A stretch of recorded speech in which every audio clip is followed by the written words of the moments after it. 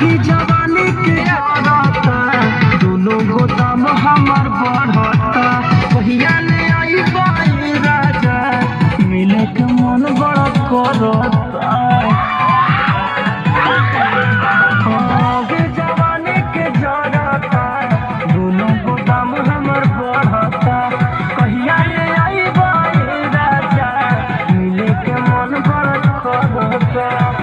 सोच सोच पछतात बानी रहेनी हथवा मीज के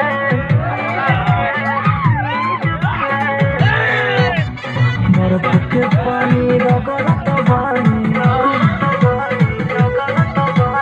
बर्फ के पानी रगड़त बानी राजा पना चीज बर्फ के पानी रगड़त बानी राजा पना चीज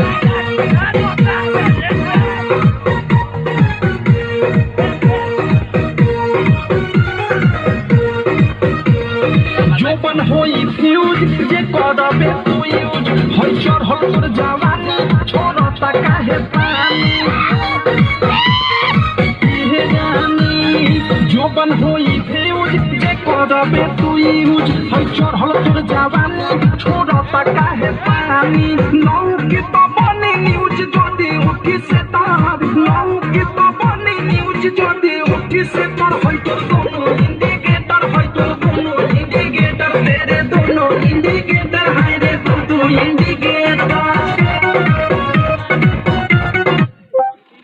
ए बाप रे बाहर डाल ए वाले